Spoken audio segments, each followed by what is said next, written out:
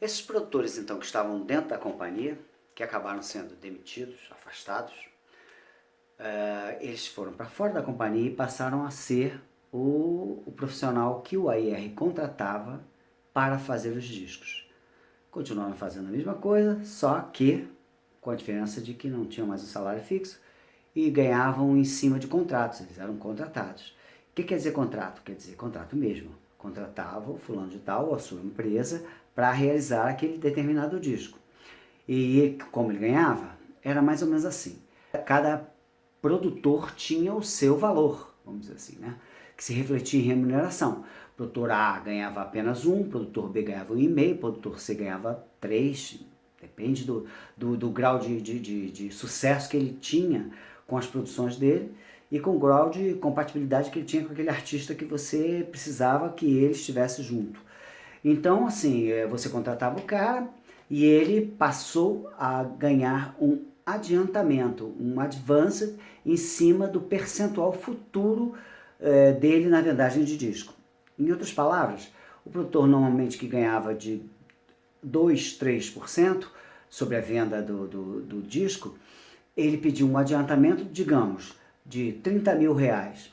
Esses 30 mil reais, ele, produtor, conquistou esse valor com o tempo, com suas produções, que era muito mais em função do que ele se valorizara no mercado do que propriamente o quanto ele gastava para viver. Até porque havia alguns produtores que isso não era muito correto, mas existiam casos de produtores quando estavam, enfim, faziam uma fusão de projetos diferentes. Às vezes estava terminando um, já estava começando o outro, estava mixando um, enfim. Eles faziam algumas coisas ao mesmo tempo, né? Mas de qualquer maneira, normalmente o produtor se comprometia com aquele determinado disco, aquele artista, e casava com o artista. Casava com o artista aquele tempo todo e ficava. Até porque assim, a gente precisava do produtor. Desde o início, uma vez conversado com o artista, o que você propunha para ele de produtor, ele tendo topado, a gente chamava o cara, passava o conceito para ele. Às vezes, quando os artistas e produtores não se conheciam, a gente proporcionava esse encontro. Se já se conheciam, vamos embora, começava a sentar com o produtor e discutia com ele o conceito, né? Olha, a gente está pensando isso assim, vai ser um disco ao vivo, não vai ser um tributo, não vai ser um disco de carreira normal, não é um projeto, como é que ele vai se desenvolver, olha, o repertório, você tem alguma coisa de repertório para esse artista? Muitas vezes o produtor faz parte de uma das funções do produtor também descobrir repertório, trazer repertório, o artista traz repertório, como eu falei, os AIRs trazem o repertório, todo mundo faz uma grande reunião de repertório, seleciona aquele material todo, e o produtor é parte ativa, ele não é só um executante, a gente quer, a companhia quer a opinião, quer que o produtor decida junto com a companhia, com o artista, os caminhos daquele disco. Então a gente faz aquelas reuniões, depois da reunião parte, ok, temos as 12, 14 faixas decididas, temos, então vamos para o estúdio. Mas antes de ir para o estúdio precisamos escolher o quê? Quem vai arranjar? Às vezes o produtor tem um perfil de arranjador. Existem alguns casos no mercado brasileiro e internacional. E você pega o cara e o cara se compromete ali a escrever todos os arranjos, alguns arranjos, ou parte dos arranjos. E ele tem essa função de escrever os arranjos também.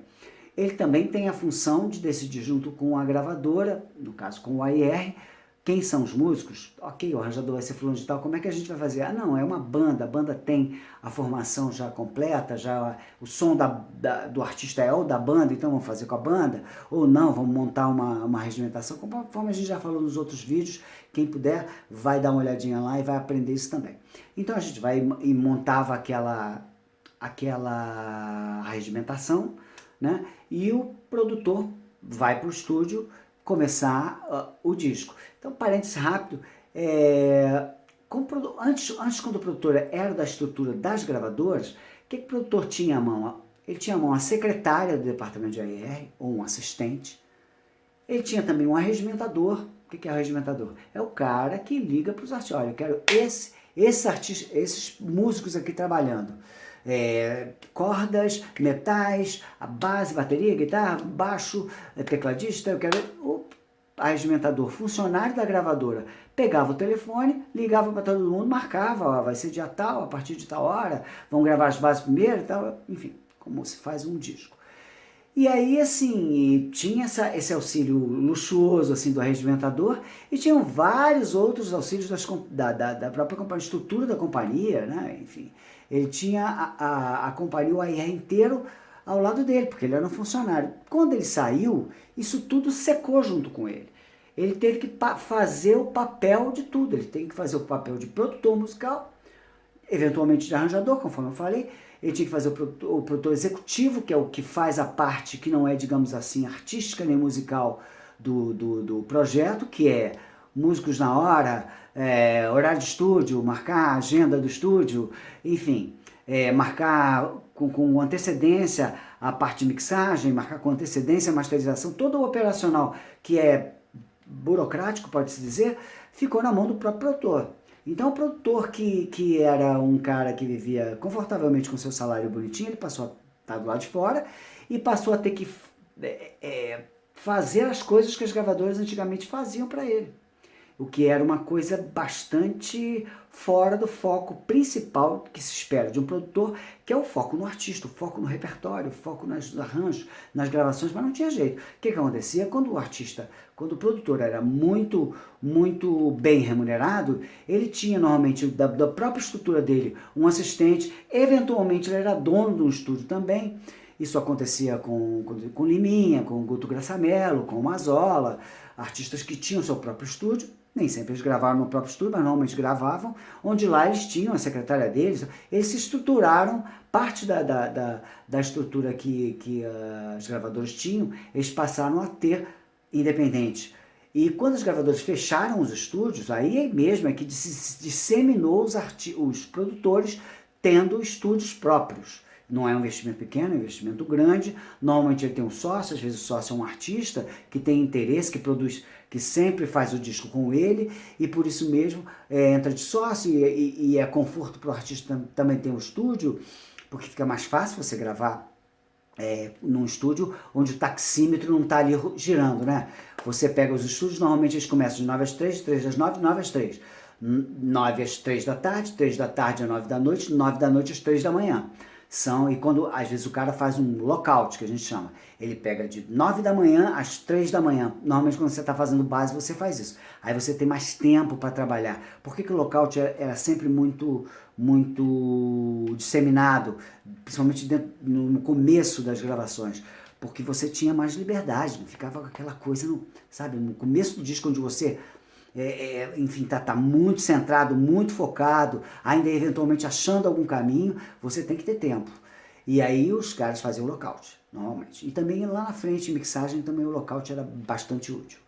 Mas de qualquer maneira, até o estúdio foi para a mão do produtor. É claro que quando o produtor tinha um estúdio, ele cobrava as horas de estúdio da companhia. Isso é um fato, isso acontecia direto e não podia ser diferente, não tem cabimento. O investimento no estúdio é um investimento muito grande, porque é um investimento de equipamento, de maquinário e pessoal, manutenção. Os estúdios têm que ter piano, sempre tem que ter piano, tem que ter um afinador de piano, o afinador tem que estar batendo ponto ali mensalmente para botar o piano bonitinho.